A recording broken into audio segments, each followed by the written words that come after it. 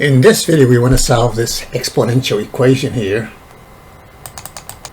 And this is one that we could write in quadratic form. For example, 25 can be written as pi squared. So I can rewrite it like this. Pi squared, and then by properties of exponents, you multiply the exponents here. So this, I could rewrite that as 5 to the 2x. It's multiplying the exponents.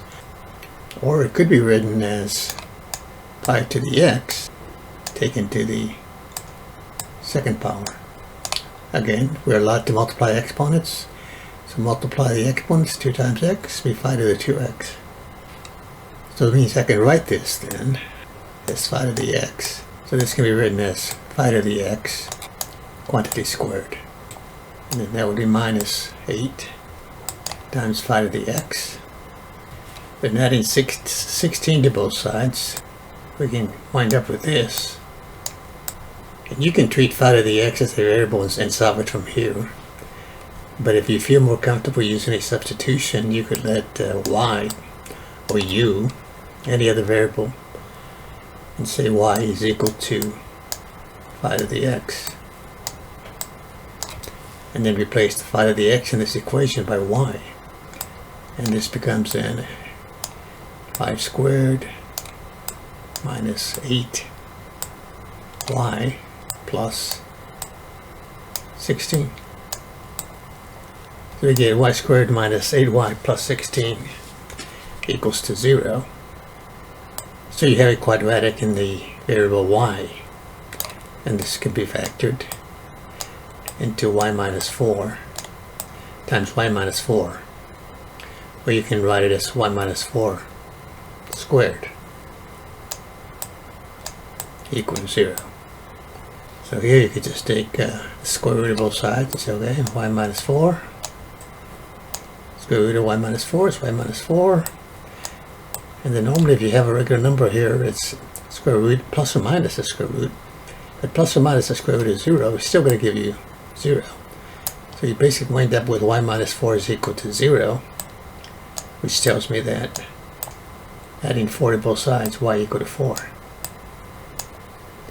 So then, remember, the equation involves the variable x. The original equation involves the variable x, so we have to go back to the original variable.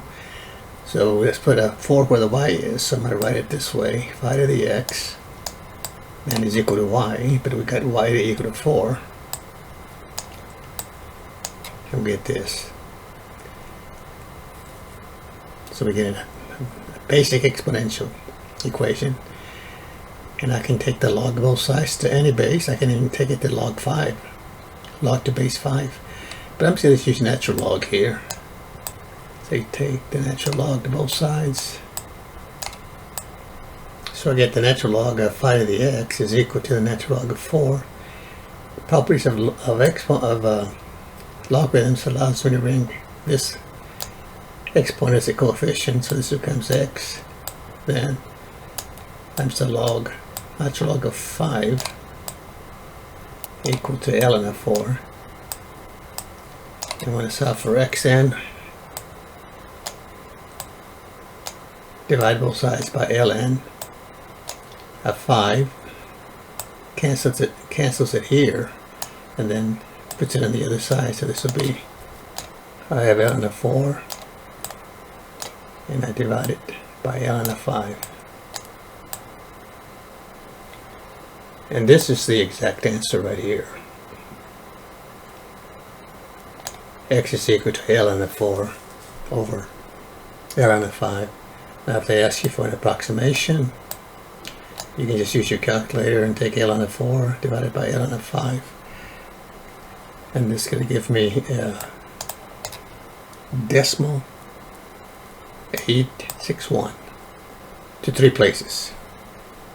0.861. Thanks for watching. We'll see you next time.